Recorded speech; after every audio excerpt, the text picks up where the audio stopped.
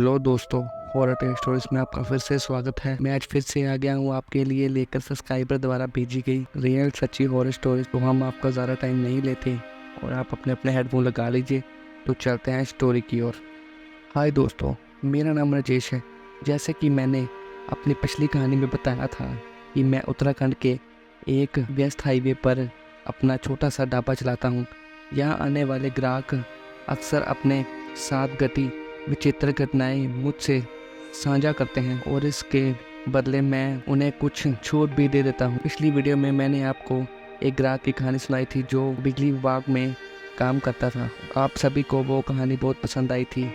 आज मैं फिर से आपके लिए एक और रोमांचक कहानी लेकर आया हूँ जो मैंने लगभग 5 साल पहले एक ग्राहक से सुनी थी।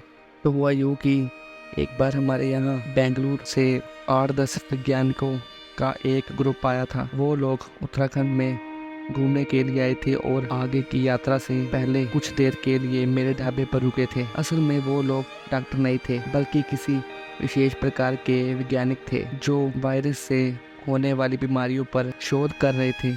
उनकी बस हमारे ढाबे पर रुकी और वो सभी बस से उतरकर अंदर आ गए, जिसमें से एक महिला थी जिसकी उम्र लगभग 60-65 साल के आसपास लग रही थी। बाकी 7-8 लोग एक साथ ही एक टेबल पर बैठ गए, लेकिन वह महिला अलग एक दूसरे टेबल पर अकेले बैठकर फोन पर बात कर रही थी। शायद वह घर पर बात कर रही थी, इसलिए वह बाकी लोगों के साथ नहीं बैठी थी। मैंने उन्हें देखते ही समझ लिया था कि ये लोग यहाँ के नहीं हैं और जो भी हैं बहुत पढ़े लिखे और समझदार लोग हैं। मैं कुछ देर अपने काउंटर पर बैठकर उस महिला को देखता रहा। जब उसकी फ़ोन पर बात खत्म हो गई तो मैं उसके पास जाकर बैठ गया। मुझे अचानक अपने पास आते देखकर थोड़ा सा चौंक गई, लेकिन जब मैंने उसे बताया कि मैं इस ढाबे का मालिक हूँ तो वह सामान्य हो गई।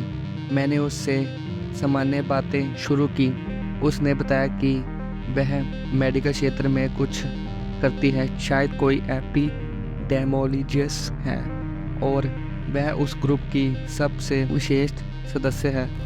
उसने बताया कि वह लोग यहाँ 3 दिन की एक कॉन्फ्रेंस के लिए आए थे और कॉन्फ्रेंस खत्म होने के बाद उन्होंने सोचा कि 1-2 दिन पहाड़ों में घूमकर मस्ती की जाए। हम कई देर तक उनके काम के बारे में बात करते रहे। उसने बताया कि वह लोग मलेरिया, इबोला जैसे तमाम वायरल बीमारियों पर शोध करते हैं और इसके बाद उन्हें देश के कोने कोने में जाना पड़ता है। मैं असल में उससे भूत प्रेत के बारे में पूछना चाहता था, लेकिन मुझे पता था कि ये वैज्ञानिक और डॉक्टर इन सब बातों को नहीं मानते, इसलिए मैंने उससे सीधे भूत प्रेत के बारे में ना पूछकर बस इतना ही पूछा कि मैडम, आपके करियर में अभी ऐसा कुछ हुआ है जिसने आपको बहुत डरा दिया हो या जिसने आपको बहुत परेशान कर दिया हो। मेरी बात सुनकर वह चुप हो गई और मेरी तरफ देखने लगी। फिर उसने कहा, आप लोग ये सोच भी नहीं सकते कि हम किस तरह की खतरनाक चीज़ों पर काम करते हैं। मैं तुम्हें एक घटना के बारे में बताऊंगी, लेकिन तुमको वादा करना होगा कि इस बारे में तुम कभी किसी को नहीं बताओगे। मैंने वादा किया कि मैं इस बात को कभी किसी को साझा नहीं करूंगा। फिर उसने मुझे बताया कि 6 साल पहले उनका सामना एक ऐसी चीज़ से हुआ था जिसने उसे बहुत परेशान कर दिया था। वह एक प्राइवेट फार्म कंपनी के साथ वायरस और बैक्टीरिया से फैलने वाली बीमारियों पर शोध कर रही थी।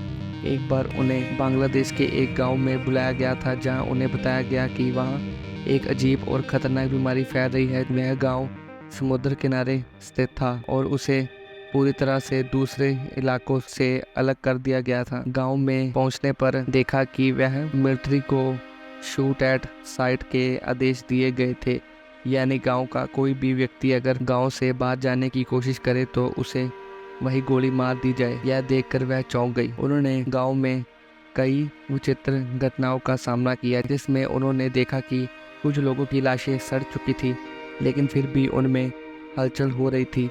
यह सब बहुत अजीब और डरावना था। टीम ने वहां से सैंपल्स लेकर अपनी लैब में जांच शुरू की।